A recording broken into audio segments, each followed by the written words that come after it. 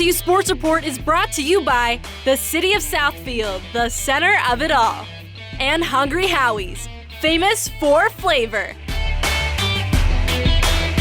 Hello, good evening, good afternoon, or good morning, depending on your viewing habits. Thank you for checking out this week's episode of the LTU Sports Report. I'm your host, Jenna Rose. Today's show features Kevin Finn, who talks about the current state of esports at LTU, plus another get-to-know student-athlete on tap.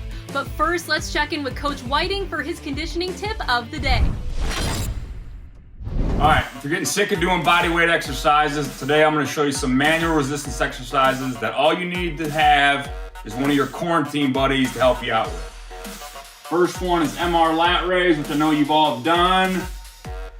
She's going to be pushing up the whole time while I am providing steady, smooth pressure down. Next one is manual resistance push-up. I'm going to provide steady pressure going down.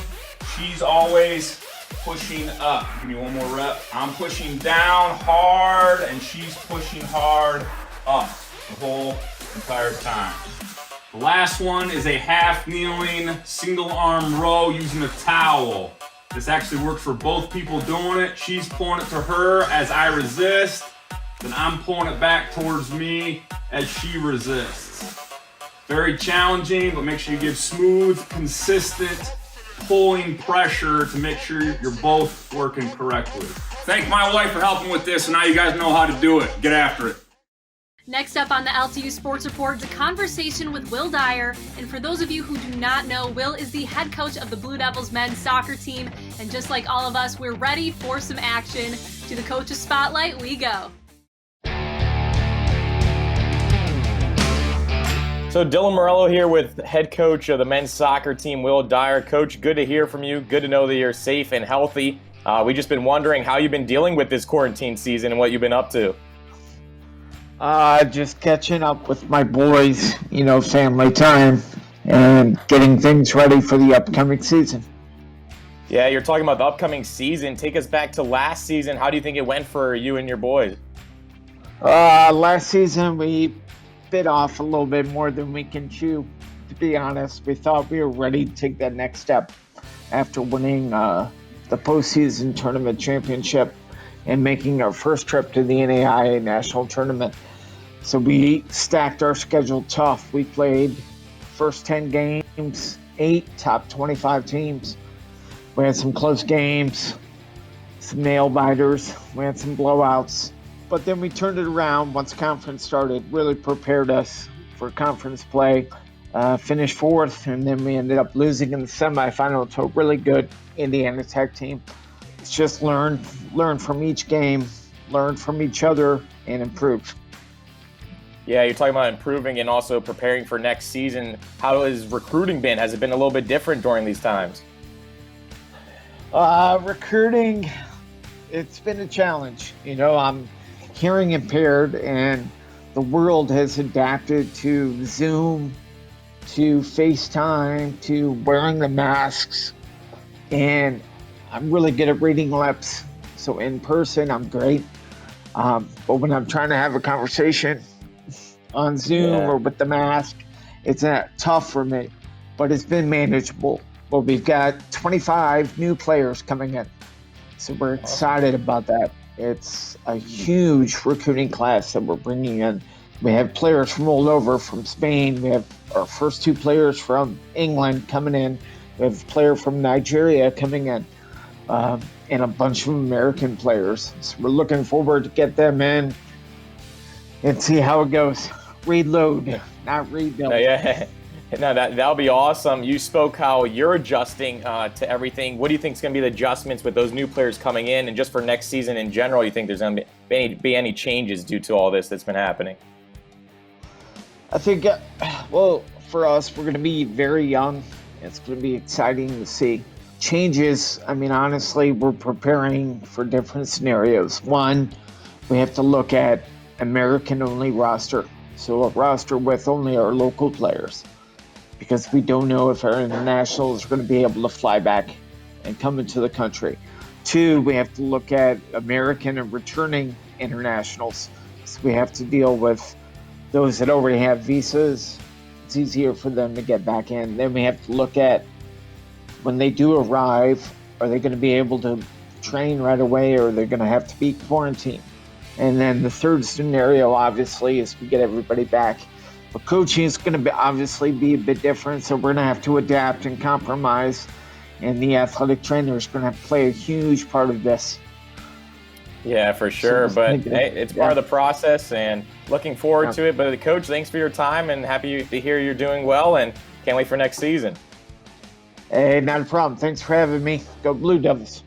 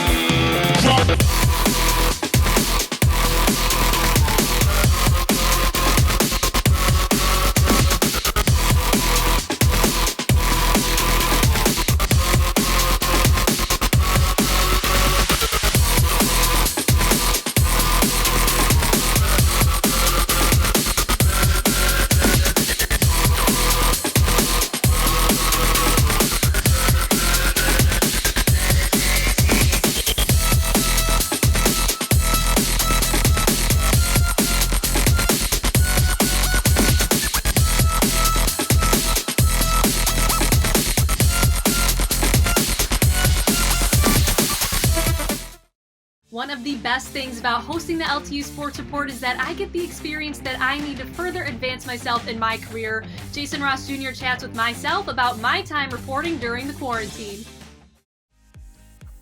Hi everybody, I'm Jason Ross Jr. alongside my good friend Jenna Rose, an LTU 2020 graduate, the newest host for Sports Illustrated's All Lions page, a digital reporter for DetroitSportsMedia.com, and a host/reporter for the State Champ Sports Network. Jenna, congratulations on the new opportunity. What has been enjoyable so far about the new job? Jason, thank you for the warm introduction. It's been so exciting so far. My favorite part has to be that I'm really making connections in the industry. I mean, so far with the interviews, I've interviewed Tori Petrie, who is producing great content covering the Lions, Justin Rose from Channel 7, and Dan Leach from 97.1, just a few of the names, and they've all been really helpful. They've given me advice after the interviews, and the writers that I've been working with, they've really just helped me immerse myself in what's going on with this team, and it's just a great opportunity amidst this pandemic. Felt like the world was, about to stop spinning, but I've really seen how professionals are adapting, and with football, I've learned that it never stops. There's always something to cover, and even more with everyone being so creative and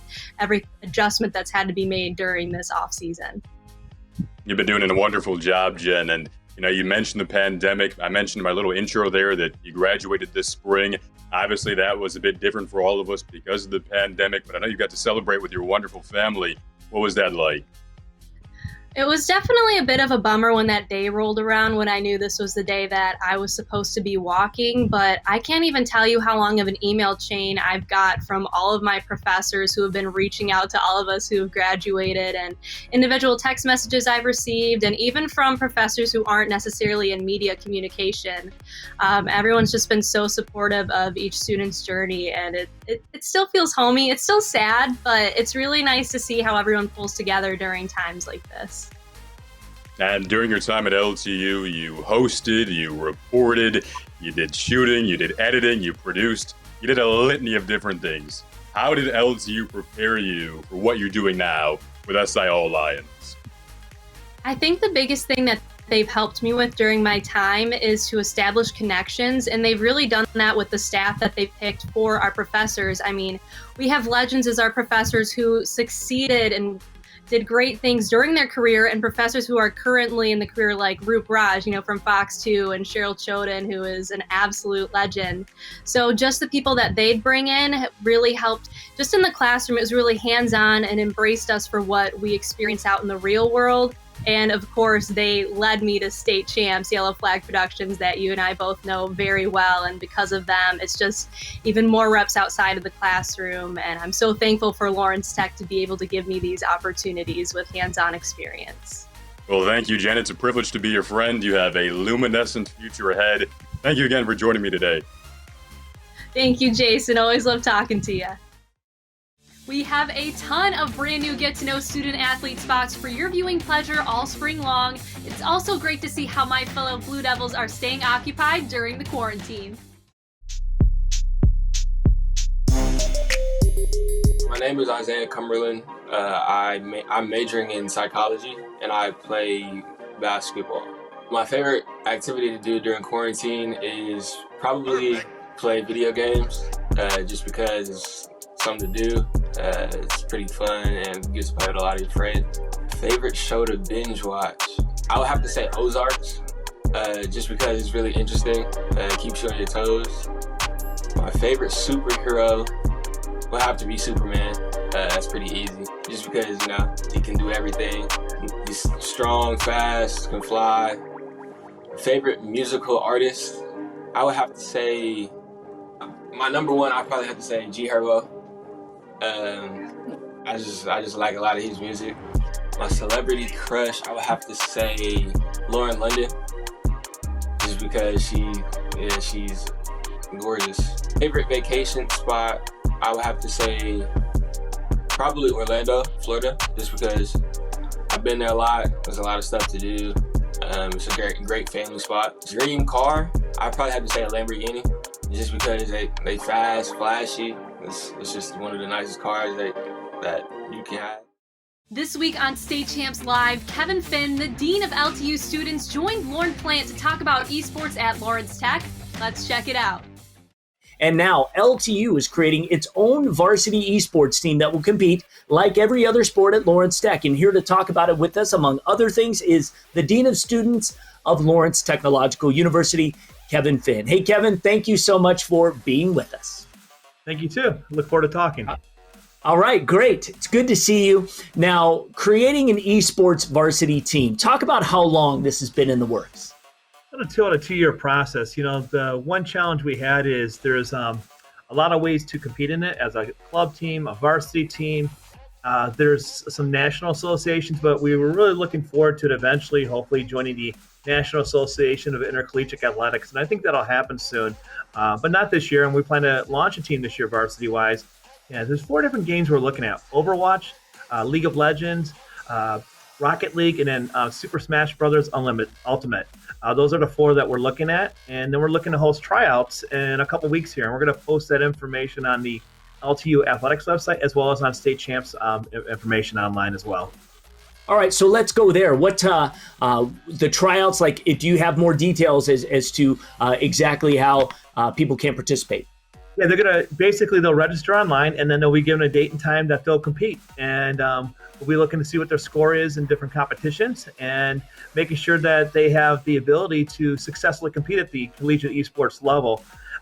Essentially, it's just like any other sport. Not only you have to have interest in it, but you do have to be good at it too, because there's some really good competition. So we do have to get a look at their player profiles with their personal rankings right now, but then see how they perform with a little bit of stress in a competition. What other schools have talked about creating this esports league?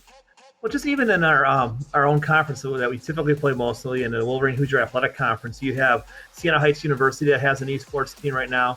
Lourdes University has one. I know Concordia was looking into it, and Indiana Tech was getting ready to launch one. So we'll see more join. It's a natural. Most of these students are doing some form of esports in high school already as it is. And let's face it, there's scholarship opportunities available. So their parents and the students themselves, it's a way to help offset some of those costs of higher ed, but also get involved in a fun activity while you're studying whatever discipline you choose to study at that university. Absolutely. And Lawrence Technological University is uniquely placed in this type of situation because of, the game art design program and computer science and some other degrees that kind of work hand in hand with competitive esports players. You got it, exactly. We're already starting to see some of our students getting jobs in the gaming industry as well. So I can only think of how if you have the degree in computer science or game art design, and then you're on the esports team, you'll be well suited for many different career paths in this. We hope you enjoyed this week's episode of the LTU Sports Report. Be sure to hit that follow or hit that like on all of our social media platforms at LTU Athletics. I'm Jenna Rose. Stay safe and enjoy your weekend.